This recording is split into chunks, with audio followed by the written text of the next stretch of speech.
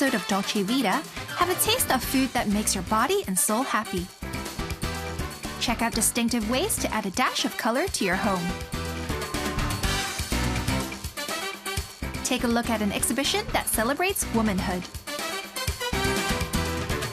And experience the beauty of life through tea brewing and drinking. We all have so many different dreams, but which one should we pursue and where should we start? Well, my friend here decided to go all out and make all her dreams come true at once, killing two birds with one stone.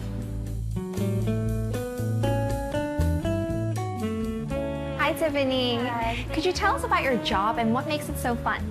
So I'm a registered dietitian. I work with people and I educate them about food and nutrition. So for example, if a client comes to me with high blood pressure or like high cholesterol, then I would look into their diet, look into their current weight, their body composition, and even like their laboratory, which is the blood work, the blood reports, and see where I can help them with their food and their normal intake, as well as give some advice on physical activity as well. So what's your story? How did you come up with the idea with combining cafe and a clinic that provides dietetic therapy together? So when I was practicing in private practice, I would give food suggestions, and I find it very hard for my clients to actually follow through with my advice because they're often very time poor and they may not make their own food. So in the end, they are not able to execute the suggestions. So to make it more convenient for my clients and other people like in our city to eat better, and as well as to incorporate my passion in cooking and creating recipes, so I decided to create this one-stop spot for food and nutrition. That's 1 pound of fat. Ooh. Yeah, and that's 5 pounds, so that's a lot. It doesn't look like you can actually That's a cook. lot, right? Yeah. Yeah. It's just for clients to see like what 1 pound of fat looks like, so they have a bit more motivation and they actually see how gross it is. So they don't actually want it in their bodies. So.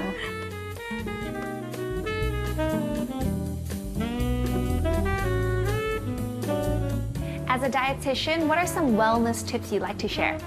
So what I see that's very prevalent in Hong Kong is that we barely have enough fruit and vegetables. For an average adult, we're meant to have 2 portions of fruits a day, 1 portion being the size of our fist, a woman's fist, and then for vegetables, it would be 3 portions. So you know how we normally eat with a rice bowl, right?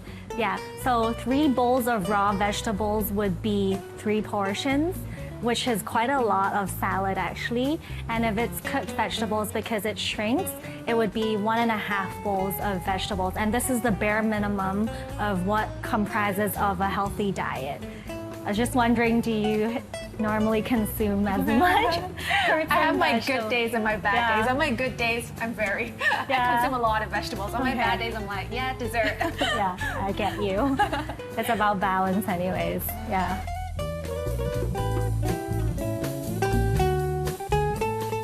What's the most challenging thing as a dietitian and an entrepreneur? I think because I trained as a registered dietitian in a hospital, and I have the skills to work with patients with different diseases, and that's my expertise. However, to create a cafe, it is a completely new skill. I have had no experience before this venture, so it's more like learning from my family, with also who has like F&B businesses, and also just trying and not giving up. So I think that's the biggest takeaway from my whole project. Bon appetit! I love yogurt bowls. Yeah, so we make our own yogurt in-house. It's made with almonds, and so there's no dairy in it. And we have our own homemade granola on it as well, with different fruits and a goji puree. So kind of like a jam, but without added sugars. The jam goes really well with the yogurt. Yay. So what's your next step? Any big plans? So I think our next step would be personalization and nutrition. So basically right now our dishes are just of one portion size. So I hope to actually help others by making the dish tailored to them. So, but then this would require a much larger Team. Team and place, perhaps a central kitchen to do so. This is just at the back of my mind, but it would be great if it's actually feasible to make it happen, because right now we can only give you all the macronutrients, for example, the calories, the carbohydrate, protein, and fat content of each dish. It may not be completely adequate for each person, so that's our next step. So it'll be better if your clients can come to you and then you can do all the tests and then you'll be like, oh, actually you need this, this, this, and this. And then straight away you can tailor them a meal and they can just come have and we it. can actually make it for them. So it will be most convenient and good nutrition can be accessible to them. And it'll be perfect for their own health specifically. That's a great plan. Well, we're looking forward, Tiffany. Thank you. Thank you. One of the easiest ways to brighten up a dark corner in a room, or just to add some atmospheric and different designs and their patterns, what is the significance behind certain symbols? Well, they're all handmade and hand-produced using centuries-old methods, and each individual design has an auspicious meaning. So we've got the phoenix, we've got gung hei fat choi, symbolise the coming of the new year, lotus, which symbolises purity, obviously the shu, character for longevity, peony, which is the king or queen of flowers. Each has their own very powerful meaning according to their Chinese tradition. Speaking of, placing in the home, how would you recommend them to be paired? Because I do see different lampshades. How do you pair them together? I'm completely enamored by beautiful fabrics, so our lampshade collection just keeps growing and growing. So we created a mix and match tool on our website to help customers come up with their perfect match.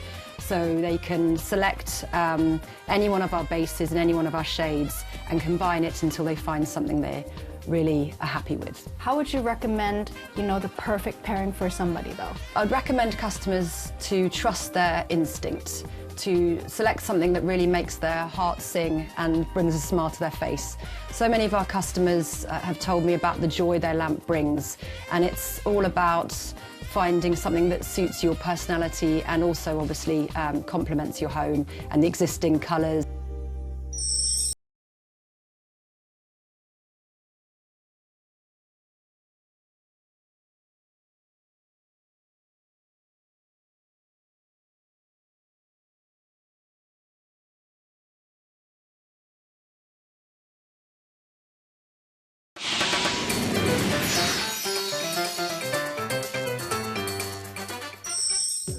More and more people are talking about gender equality.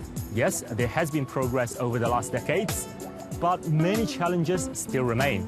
There is still a lot of work to be done. So today we're going to take a step forward and visit a place that supports not only gender equality, but also women's empowerment.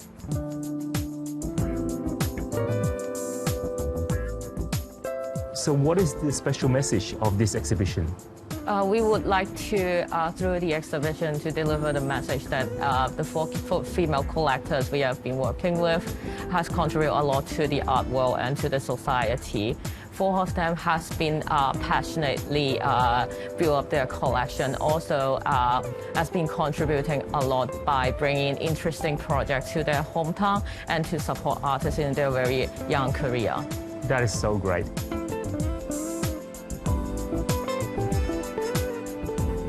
Now, have you got a favorite piece of art here?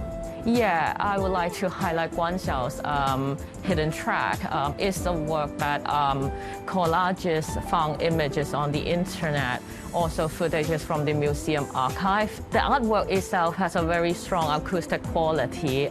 It's the combination of hip-hop music, ritual music, and also some new age ambient sound. You could sense a timeless beauty ranging from the ancient Greek sculpture to contemporary dance performance, even to the gymnastic performance by the sportsmen. And you could strongly sense the flow of energy that transcends through the motion and its connection to our nature scenery and also the power of Mother Nature. Part of the experience. With steamed, it's finer. Do you have any advice on how to pick tea leaves and how can you tell if the tea leaves are good? It really requires years of experience in, picking tea leaves. And also the standard will vary across countries and also types of tea.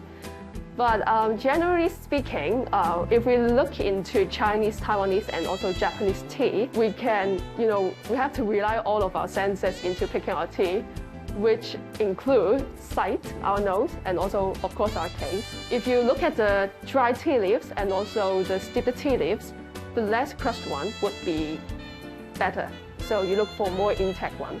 Also, you can look at the color, the liquor of the tea. Is it being muddy or is it clean? So of course, cleaner is better, right? So checking about the fragrance, you have a few steps to check on the fragrance, like on the tea liquor, of course, for each brew, and also on the fragrance left on the gaiwan lid, you just smell over it. After you're drinking the tea, you can also have a smell on the empty cup. The tea is better, it will possibly stay longer.